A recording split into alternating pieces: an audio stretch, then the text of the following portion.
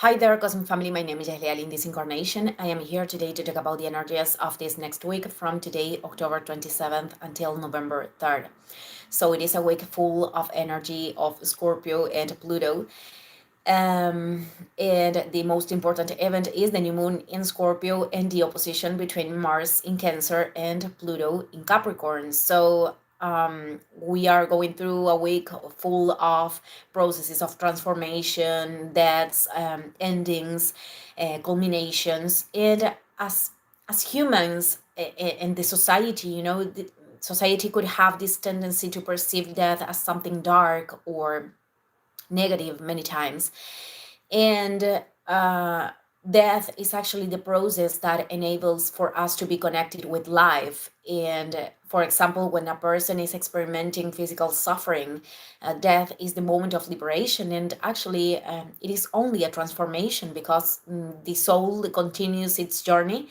And on the other hand, when we are going through an experience that is causing suffering or that is not good for ourselves, that is not contributing anymore, and we get to an end of that situation, it is also a liberation.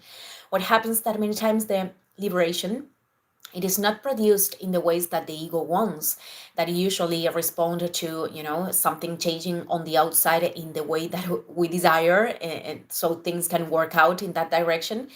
And many times these processes that we are going through right now are impulsing us to change something inside, in the processes that no one see, and to take that then to decisions, because in fact this new moon, it is in a trine with Saturn retrograde in Pisces, which is asking us how are we going to make the decisions to concretize that transformation in that area of our lives or in many areas of our lives.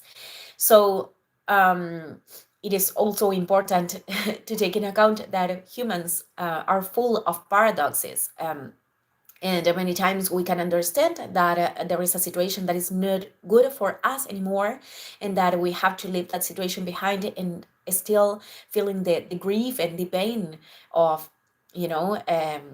letting go of that situation. Um, right.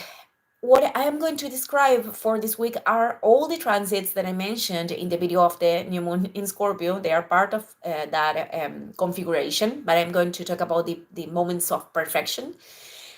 So the first thing, it is October 28th, the square between Venus in Sagittarius and Saturn retrograde in Pisces. I did a video specifically for this yesterday, so I'm not going to repeat anything about that. The key is responsibility and healthy boundaries. So you can go to that video to understand more about this transit. And that same day, Mars in Cancer, it is going to perfect the trine with Neptune retrograde in Pisces. I talked about this the last week. So mainly, this is about the clear energy of listening to our intuition, listening to understanding which is the direction that our intuition is telling us to go, and moving forward in that direction.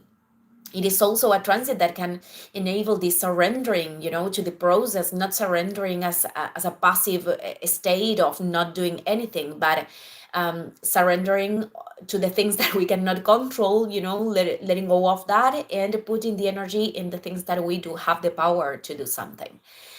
Then on October 30th, Mercury in Scorpio is going to perfect the opposition with Uranus retrograde in Taurus. This is something that we are going to experiment days before and part of the whole week. In the video of the new moon, I was saying that this could be traduced as information, conversations, news that are impacting us and producing a change, a sudden change, an expected change, or a radical cut in our experience. But there is other polarity in terms of this transit because, for example, this could be like wanting to make a change from a place of control, which could be a shadow of Mercury in Scorpio. Um, with this, an example could be I am saying this or I am doing that in order to produce a reaction from the other side, and this ends up like being backfiring. So the shadow of Uranus, it is this rebelliousness without responsibility. And well, it is important to understand that this has an impact on every structure that we could, give value to, or this quality of security and stability. But, in the end, if something disruptive is happening, it is because that has a major purpose. And it is also a transit in which we can have these insights, these inner revelations of creative solutions in order to move forward. In order to solve situations. So, okay, this October, the other day, the day after October 31st, Mercury in Scorpio is going to create a trine with Neptune retrograde in Pisces. So this is a very good moment. Of course, it is active from the 28th, more or less, until the new moon. It is a good moment to communicate, topics that could be powerful, strong, profound topics, or things that weren't revelated before, that were hidden and were difficult to transmit. It is a good transit to do that, because we can invoke like comprehension and empathy, this capacity of being in the place of the other. And obviously this is a process that we could apply to ourselves. I mean, an acceptance of experiences that we need to observe in this context of illuminating the shadow in ourselves, and to do that with a more loving perspective, with a more loving look. This quality of Neptune in Pisces is about unifying, unifying with ourselves. Well, November 1st, the new moon.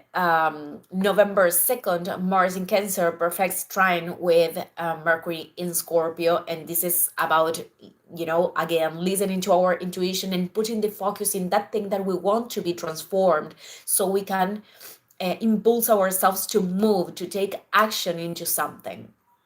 That same day, Mercury enters in Sagittarius.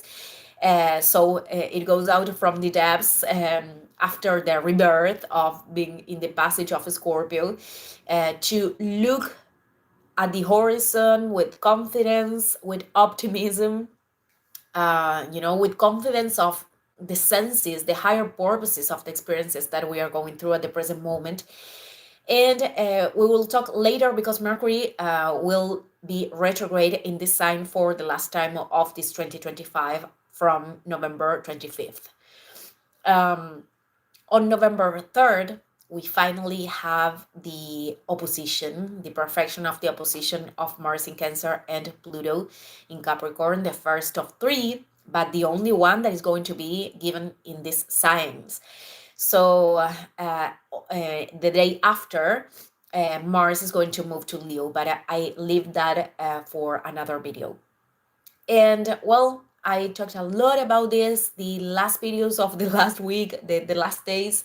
It is very, they are very associated with this opposition. So a lot of people are experimenting loss, or situations that are activating the survival state, the survival mode. And I think that the the big key of this transit, sorry, I am a little bit allergic today, is knowing that everything that is occurring, it is like taking away whatever thing cannot be part of our experience anymore. And the more we practice to, load the resistance and letting go of making that process, then the purge can occur to create a space for new beginnings. And that what is going away belongs to an old paradigm that operated in this connection of the soul.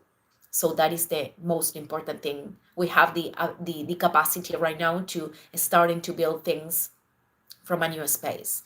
So I am going to finish this video here. Thank you everyone, and see you in the next video. Ciao, ciao.